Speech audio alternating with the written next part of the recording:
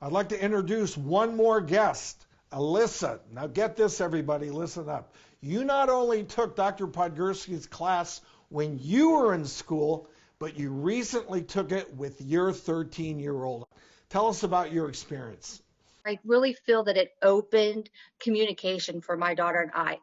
We were able to get on the same page, that she knew what I knew and I knew what she knew. And believe me, nothing was new to her. She had heard it on the bus. She heard it in school.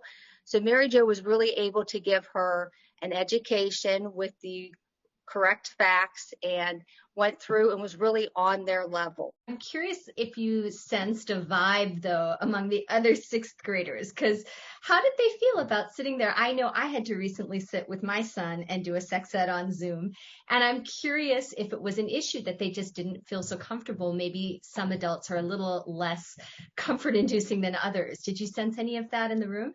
I did sense from other people, but they got used to it.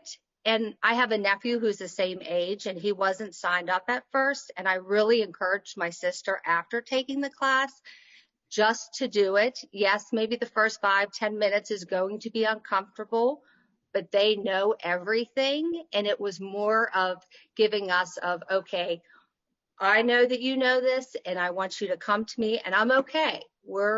This is normal. To that point, Dr. G, I'm wondering if you could weigh in for those kids who refuse to talk to their parents about sex, who maybe aren't feeling as comfortable with it.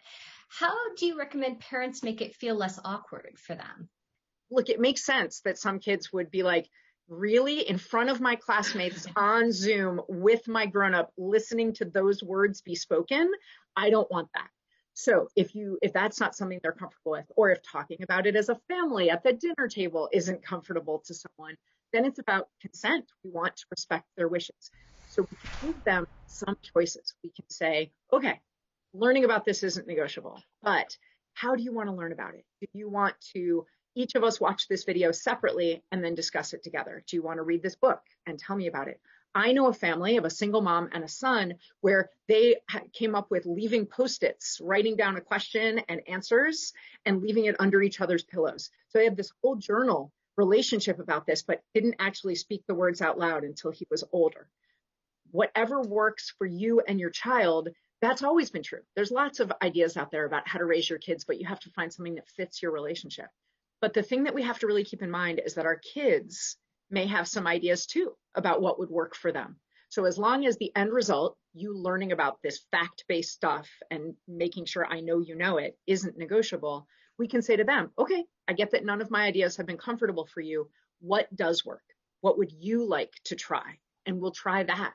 And in that way, we're modeling for them consent and communication, as well as making sure that they know that this information is crucial and they can't get out of childhood without it. What about parents who don't want this taught at school? And I'm sure there's going to be some of those. What do you say to them? So when I have reluctant parents, I will try to listen and figure out what they're concerned about.